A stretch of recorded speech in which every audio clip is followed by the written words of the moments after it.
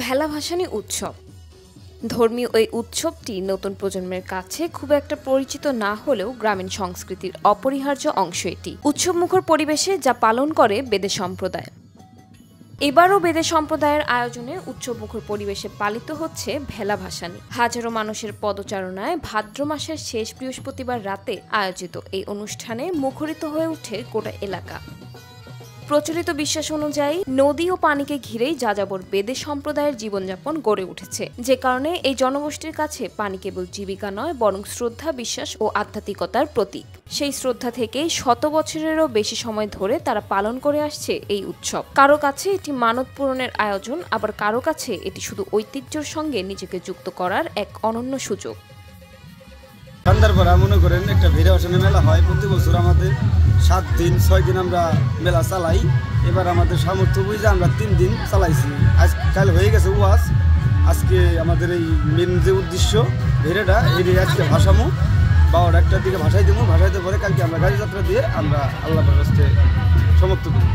উৎসবকে কেন্দ্র করে হাট ও মেলা। সেখানে বিভিন্ন খাবার, খেলনা, দেশীয় মিষ্টি, মাটির তৈজসপত্র আর লোকজ দ্রব্য নিয়ে বসেন গ্রামীণ ব্যবসায়ীরা।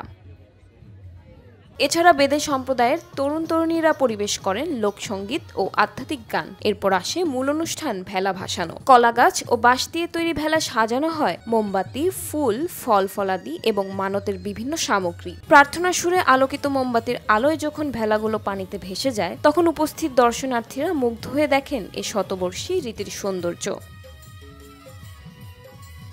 আমরা এখানে উৎসব করি, আমরা অনুষ্ঠান করি পূর্ব আমলে। তখন আগের থেকে আমাদের ময়মুরব্বীরা ভৈরবরা বাসায় তারা অনেক আগের থেকে এই তারা আসলে কথা হলো কি, তারা আসলে কবিরাজ, ভালো লোক আসলে, তারা মানুষের উপকার করত। অতএব আমরা নৌকা দিয়ে আমরা বিভিন্ন জায়গায় সফর করতাম, বিভিন্ন জায়গায় আমরা বাণিজ্য করতাম। এভাবে করতে করতে আমাকে একটা ঐতিহ্য হয়ে গেছে একটা ভেলা ভাসানী। তাই আমরা প্রতি বছরই আগের মতোই এখনও ভাসাই। জীবন জীবিকা ও সংস্কৃতির সাথে জড়িয়ে থাকা এসব উৎসব এখন নিতান্তই আয়োজনে রূপ নিচ্ছে। ফলে দেশীয় সংস্কৃতি রক্ষায় সরকারি উদ্যোগ নেওয়ার আহ্বান।